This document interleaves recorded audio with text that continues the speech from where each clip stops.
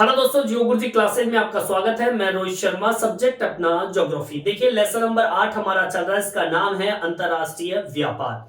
आज हम पढ़ने वाले हैं भारत के प्रमुख बंदरगाह, जिसमें जो बचे कुचे जो बंदरगाह थे उसकी हम बात कर लेते हैं। पिछली वीडियो में मैंने आपको 8 बंदरगाहों के बारे में बता दिया था।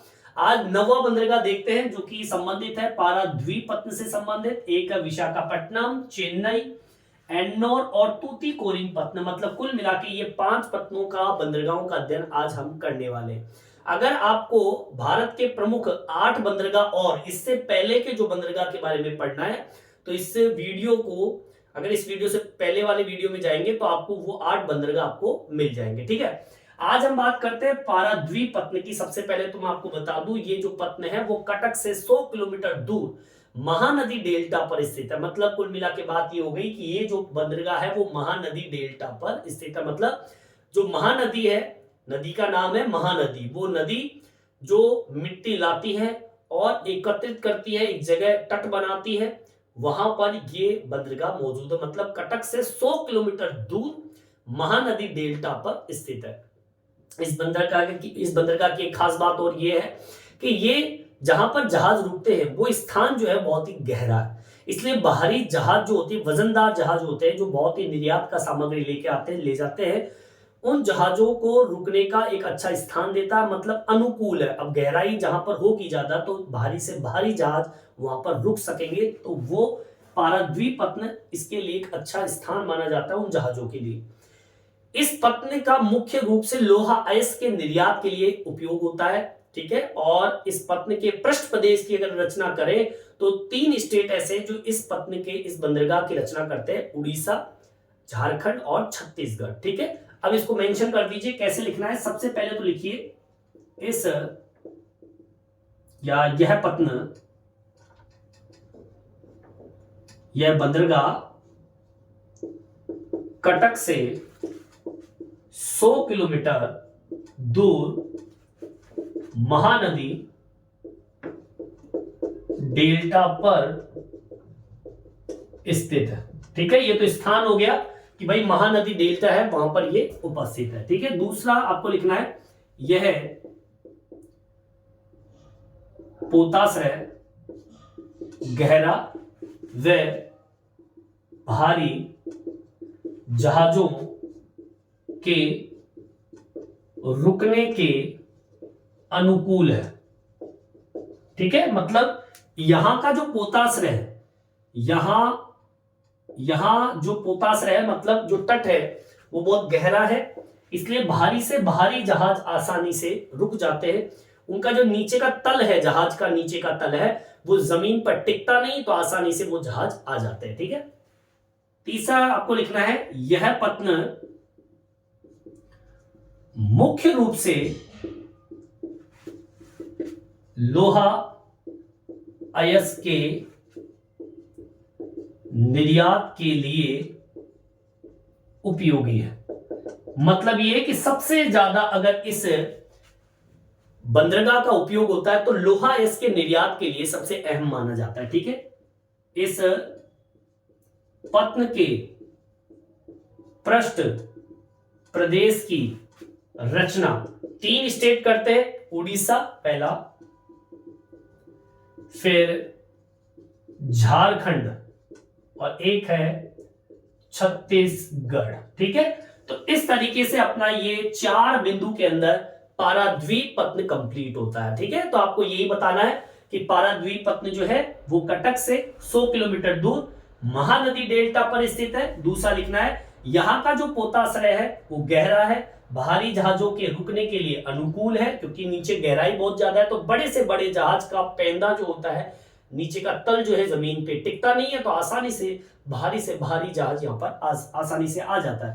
यह पत्तन मुख्य रूप से लोहा अयस्क का निर्यात करता है, और इस पत्तन, इस बंदरगाह का जो पृष्ठ प्रदेश है वो उड़ीसा, झारखंड और छत्तीसगढ़, ये 3 स्टेट इस बंदरगाह की एक रचना के अंदर एक अहम भूमिका निभाता है। ठीक है, तो अपना ये पहला पॉइंट कंप्लीट होता है, 9वां बिंदु कंप्लीट है। अब बात करते हैं विशाखापट्टनम की। ठीक है, तो टॉपिक डाल लीजिए विशाखापट्टनम। देखिए आगे की ओर बढ़ते हैं। 10वां बिंदु मैंने डाल लिया है, नाम है विशाखापट्टनम या विशाखापट्टनम पत्तन बंदरगाह। देखिए यह जो बंदरगाह है, पहले तो मैं बता दूं आपको, ये बंदरगाह है आंध्र प्रदेश के अंदर उपस्थित है और ये एक कृत्रिम बंदरगाह है। मतलब ये कि लोगों ने इसको बनाया है। और इसको बनाया कैसे था कि जो ठोस चट्टान थी उसको काटा, बालू जो है मिट्टी उसको काट कर एक नहर के माध्यम से समुद्र से इसको जोड़ दिया गया और पत्न का निर्माण किया गया, मतलब बंदरगाह का निर्माण किया गया। तो सबसे पहली लाइन आपको ये लिखनी है, यह बंदरगाह आंध्र प्रदेश में स्थित है। यह एक कृत्रिम बंदरगाह है। ठीक है, अब इसको कृत्रिम इसलिए कहा गया है क्योंकि इसे ठोस चट्टान को काटकर व बालू को काटकर एक नहर से समुद्र को जोड़कर बनाया गया। ठीक है, मतलब इस बंदरगाह का निर्माण कृत्रिम माना गया है क्योंकि इसको ठोस चट्टान को काटा, बालू को काटा, मिट्टी को एक नहर के जरिए जोड़ता हुआ समुद्र के तक ले गए और एक बंदरगाह का निर्माण कर दिया।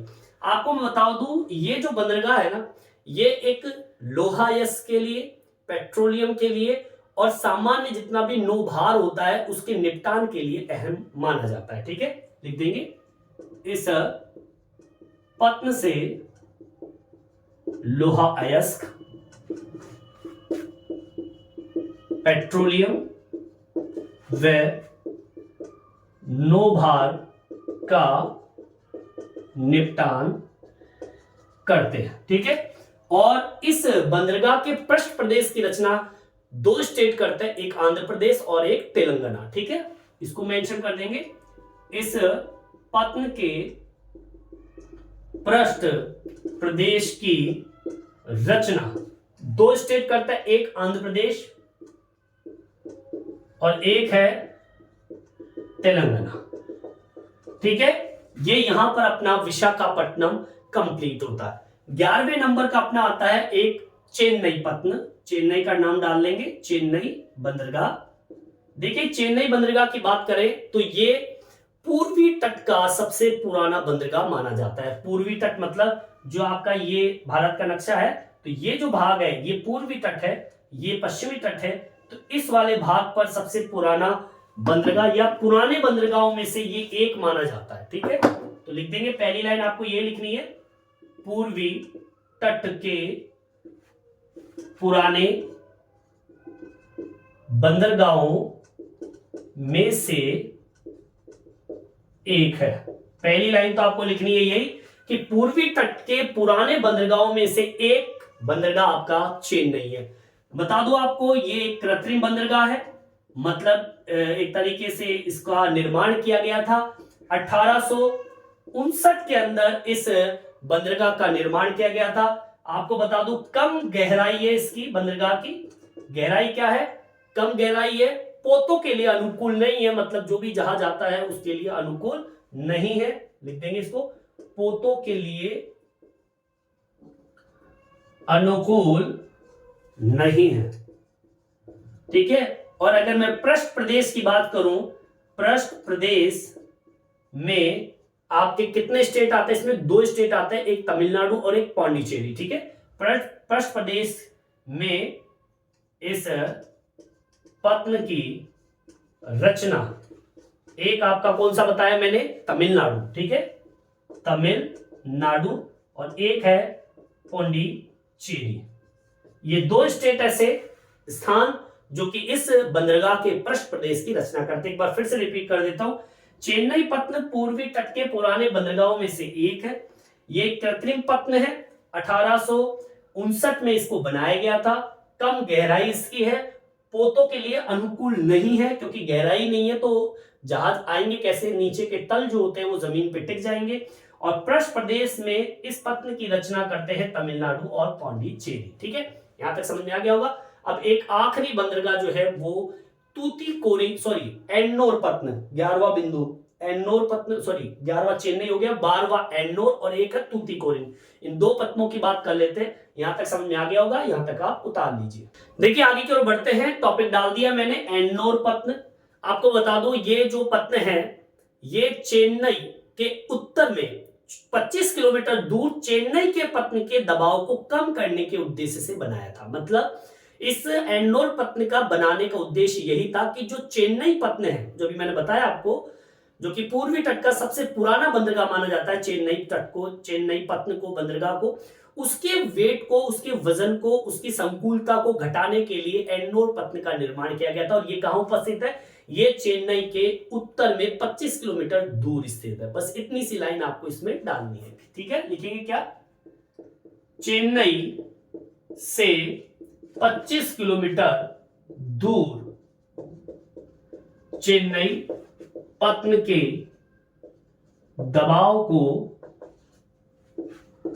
कम करने के लिए एन्नोर पत्न का निर्माण किया गया। ठीक है, इतनी सी लाइन आपको इसमें लिखनी है। 13वें नंबर पे आता है तूतीकोरिन बंदरगाह पत्न। देखिए इसकी बात कर लेते हैं। चेन्नई पत्न के दबाव को कम करने और नौभार निपटान जैसे कि कोयला है, नमक है, खाद्य तेल है, चीनी है, रसायन है, पेट्रोलियम, इन सामग्री के निपटान के लिए इसको बनाया गया था। मतलब जिस तरीके से एन्नोर पत्न को बनाया था चेन्नई के पत्न के दबाव को कम करने के लिए, उसी प्रकार तूतीकोरिन को भी चेन्नई के दबाव को कम करने के उद्देश्य से बनाया गया था। ठीक है, इसको मेंशन कर देंगे। चेन्नई पत्न के दबाव को कम करने के लिए बनाया वह सामान्य नौभार जैसे पेट्रोलियम हुआ, कोयला हुआ, खाद्य तेल हुआ, चीनी हुई, रसायन आदि का निपटान किया जाता है। समझ में आई बात? एक बार फिर से रिपीट कर देता हूं। एन्नोर पत्न चेन्नई से 25 किलोमीटर दूर चेन्नई पत्न के दबाव को कम करने के उद्देश्य से एन्नोर पत्न का निर्माण किया गया था। तूतीकोरिन पत्न ये भी चेन्नई पत्न के दबाव को कम करने के उद्देश्य से बनाया गया था और सामान्य नौभार जैसे कि पेट्रोलियम, कोयला, खाद्य तेल, चीनी, रसायन आदि के निपटान के लिए इस पत्न को बनाया गया था। तो इसी के साथ हमारे भारत के जितने भी बंदरगाह 12-13 जो बंदरगाह आपके बुक में दिए हुए, वो इन 3 वीडियो के जरिए, पिछले 2 और ये आपका तीसरा वीडियो है जो कि भारत के प्रमुख 13 बंदरगाहों का वर्णन करता है। आप चाहे तो पिछली वीडियो में जाके पढ़ सकते हैं। और ये वीडियो तो आपके समझ में आ गया होगा कि भारत के प्रमुख बंदरगाह के अंदर पाराद्वीप, विशाखापट्टनम, चेन्नई, एन्नोर और तूतीकोरिन पत्न किस तरीके से भारत के अंतरराष्ट्रीय व्यापार में एक योगदान देता है। ठीक है, इस वीडियो में इतना ही। ये वीडियो आपको कैसा लगा कमेंट्स करके जरूर बताएं। मेरे चैनल को सब्सक्राइब जरूर से जरूर करें, इससे नए नए वीडियो आप तक पहुंचा सकूं। धन्यवाद।